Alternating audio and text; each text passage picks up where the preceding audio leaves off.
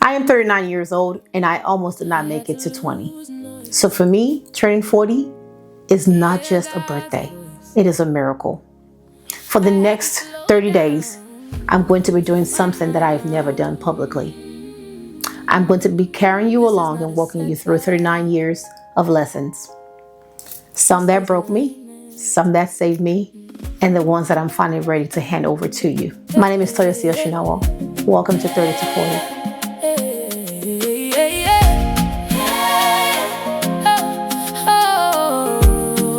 As I mentioned at the start of this video, I almost did not make it to 20 years of age.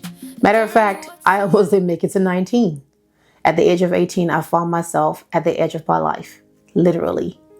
I'd grown up without my dad, and I was raised by my wonderful mother who loved me fiercely, but was also carrying her own wounds. I was curious about God. I wanted to know more, but I could just not find the answers in the places I found myself, be it within my family or those in close proximity to me. And to add to this, and to make matters worse, I had also survived a lot of traumatic experiences that left me with a lot of invisible scars. So on this one day, right around May 2004, I found myself just thinking, what's the point of life?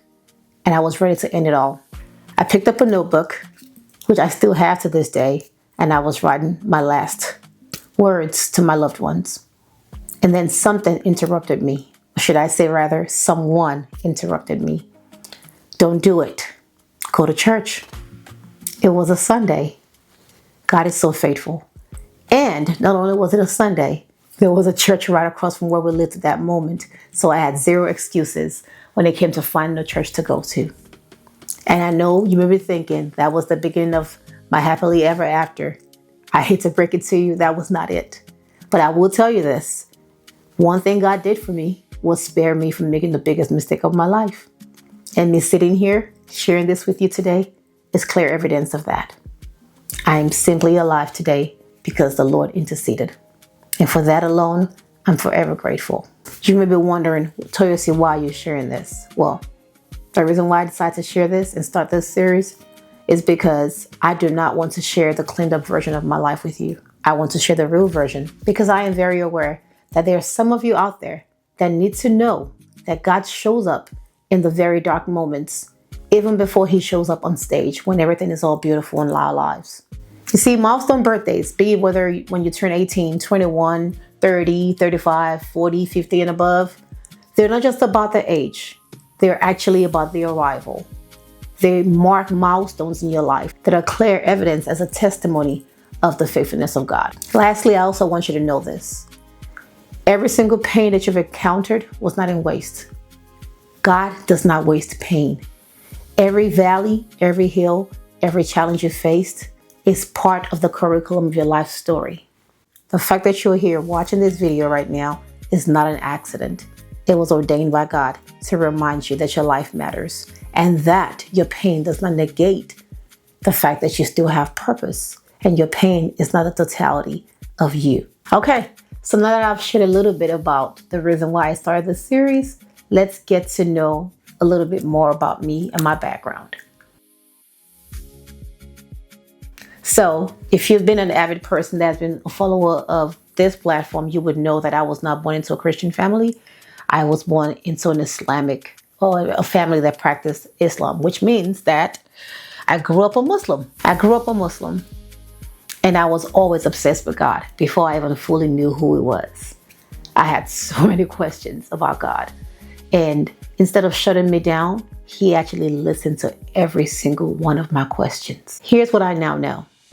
Curiosity about God is not rebellion. It is actually an invitation. So growing up in my household, for those that do not know, I'm Nigerian American. So I grew up in Lagos, Nigeria, for the early years of my life. And yes, we were Muslims, but my parents were what I like to consider as social Muslims, meaning that they were born into the faith. They believed the faith. However, it did not get in the way of the social life, right? They still, partied and did all the things, if that makes any sense. And for me personally, I know that I wanted to be fervent in my faith in God because I knew that God was real, even though I didn't know how to reach him. And so I only had the bare minimum. I had the basics, right? Of the 5 tenets of Islam and so on and so forth. So faith was a given, but it was also a closed door in my household, meaning that the deeper questions I could never find answers to, because it wasn't like my parents were that deep in their faith either. And quite frankly, that may have been a blessing, because if they were that deep, I may not have been where I am, or I may not be where I am today. So all things work together. But I kept asking God for more. For me, as early as the age of 5, I always found myself having visions and just thinking about who God was and how God came to be and what I meant to him and where I fit into the picture called life. Did he know me by name? Does he care about me? What does it look like? How does it speak to people? I always had these questions and so much more. And to be fair to my parents, some of the questions I had were pretty complicated questions that even some adults didn't have the capacity to answer. And so the easiest thing to do was just to kind of tell me to be quiet, or just go, oh girl, what do you know? You're just a little kid, right? But again, looking back in hindsight, I realized that even though I felt silenced, God never silenced me. He actually heard every single one of my questions. And in due season, as I grew older, I've come to realize that he actually answered every one of them as well. In the midst of all of my questioning, God was answering questions.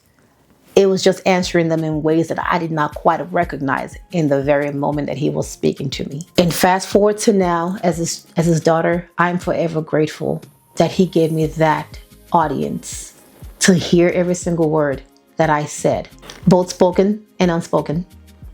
And I just want to say to whoever's watching this, as you are listening to me speak, another lesson I want you to take from this video is that God is not threatened by your questions. As a matter of fact, God invented curiosity. The Bible says that when he created the first man, Adam, he will come down in the evening to fellowship with him. They will have conversations. And I'm pretty sure that involved questions that Adam had about life. How should I do this? Who is this? Why is this? And God will always give him responses. That's what conversation is about. So God made us curious human beings because he wants us to continually seek him, that he can give us answers to those questions. For every woman who grew up in the traditional faith environment that did not fully give her the opportunity to ask questions or fully give her the opportunities to go deeper and feel fully satisfied, I just want to say that I see you. I've been there. And I want to let you know that your journey, your spiritual journey, is not a detour. It's a path. And where you come from does not disqualify where God is taking you to. You know, there's so much beauty as I get older in knowing that there is a God that sees me and there's someone that hears me, whether it's in the midnight hour, whether it's in the middle of the day, whether it's early in the morning. He is constantly with me, and he has never left nor forsaken me, and I matter to him. I matter to him. You matter to him also. Now that we've covered my Muslim background, let's also talk about something I had mentioned earlier in the video, which is about my father not being in the picture, me growing up without my father. I was 7 years old when my father left. And as the average 7-year-old girl, I did not have the words to describe what I felt or the impact that incident had on my life. I have them now, and I would like to share them with you because I am fully conscious of the fact that I'm not the only woman who grew up looking for a love that was already supposed to be there for her. On the day my father left, I didn't really get a proper goodbye. It was sudden. He just wasn't there anymore. I remember the episode leading to this was pretty much him not staying the night anymore and just coming to get close to the house when my mom was at work. And eventually my mom caught wind of that, and she pretty much told him to make a choice to not come back because it was impacting the kids. And I recall coming back home from school, our driver was bringing us home from school. For context, I was raised in Lagos, Nigeria again. And so it was pretty normal for the standard middle class family to have a driver. And my mom pretty much directed the driver to reverse the car and take us back to her sister's house, my aunt. And I remember screaming, "Daddy!" as a little girl. And that was the last I saw of my father at the age of 7. He never came back to look for me. He never came to my schools. He never went to my grandma's where I typically was. I just never heard from my father. And again, I didn't have the language to process what I was feeling, right? Such as, I feel abandoned. What does this even mean for who I am and how I see myself? What does this mean for my identity? And what ultimately happened to me was I found myself building a new version of myself that was okay without my father being present, even though technically I was not okay. And I became self-sufficient. I became guarded, strong. But deep within, there was still a quiet desperation for answers. There was still a quiet desperation for answers. And this bled into my relationships in the long run as I got older. Not just with the opposite sex, but even with friendships as well. I just wanted to belong somewhere. I just wanted to know that I was seen and valued and loved. And this happened for a very long time in my life. I'm talking years and decades, until God himself had to step in and fill the father-filled hole that was in my heart. He actually showed me what it felt like to be wanted and to be loved unconditionally. It was a hole that nobody could fill, quite frankly. While I held that hole for my dad, my earthly father, who created that hole for many years, what experiencing God filling and healing that hole did for me was it helped me understand that only God could ever fill that place, because only God is perfect. Only God is pure. Only God is true. Only God is just. Only God is holy. Even my earthly father is not. He's a human being. And it just taught me to always look unto him as my only constant source when it comes to love and acceptance. If this video is resonating with you, I just want to say to you that the love your earthly father failed to give you is not the final word on your worth. That worth can only be found in God, the God who fathers differently. He pursues, he stays, he calls you by name, and he is mindful of you. Fatherlessness definitely leaves a wound, but it also leaves a hunger that only God can truly satisfy. And he is ready to satisfy it if you will let him in. If you grew up without your father, or you have a complicated relationship with your dad, I'd like you to leave me a comment below. Share with me one thing that you wish you got from your father that you never did, and where you are on that journey of navigating through that. I'd love to hear from you. Also, do not forget to share this video with one or two people that you know this will bless or it will resonate with. Now that we've covered my father, we have to go on to address the most impactful person in my life after the Lord, Jesus Christ. And that is my mother. My mother was the strongest woman I ever knew. She literally raised me by herself. She kept the lights on. She gave me food to eat, clothes on my back, a place to stay. I wanted for nothing. And she remained strong. She never let us see her break. Even though I now know that she was broken, she just never had the room or the liberty to process her brokenness because she was so consumed with raising 4 kids all by herself. She was definitely a strong woman. And that strength was my greatest gift and also my heaviest inheritance from her. My mom was my whole world. She literally was my blueprint for motherhood, even though she never had the blueprint on how to navigate the difficult waters she found herself in. In spite of that, she kept it together. She gave me everything that she had. She gave my siblings and I the best life possible, even given that she was born in the 90s in Lagos, Nigeria, where it was pretty much a taboo or shameful thing to be a single mom. She defied the odds, and she raised us to be phenomenal human beings. And in spite of her giving me such a wonderful life, there were some things that she also did not give me. And that was rest, the ability to rest, softness, warmth, gentleness, or even learning to ask for help. She couldn't give me that either because she didn't know how to do that. All she knew how to be was to be strong.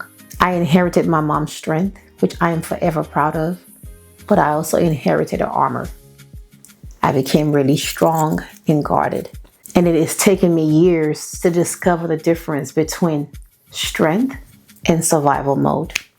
See, survival mode can take you down a path that can become pretty exhausting, tiring, and also out of God's will for us. And the lesson that I've learned from my mom, the greatest lesson I've learned from my mom that I'd like to share with you today is this. You can deeply honor your mother or your father or any loved one in your life and still give yourself room to acknowledge what they were not able to give to you. You can love her legacy and still choose to live differently. The goal is not to erase her memory. It's simply to complete the work that she has started. I'm a firm believer that every generation of healing, every generation that is currently healing, is standing on the shoulders of the previous generation. Your healing is your mother's answered prayer. I know my healing is my mom's answered prayer. For many years, I would hear her pray, both privately and also openly, when she's praying for me, that I would not experience half of the hardship that she experienced in life, and that things would be much easier for me in every facet of my life, physically, financially, emotionally, and mentally. And I'm sure she also meant spiritually as well. And that's why I am now on this journey. I am literally living an answer to my mom's prayers. I'm also intentional about making sure that I'm a better version of her through God. Tell me something that your mother gave you. Was it a gift or was it a gap? I'd like to hear from you. Do drop it in the comment below. I know that as we're going deeper in this series, we're tackling a couple of complex subjects, but I do also hope that as we're doing so, it's encouraging you and it's forging you ahead. We are creating a space where vulnerability and transparency can really do the work through God. Until next time, remain anchored. I'll see you soon on 30 to 40.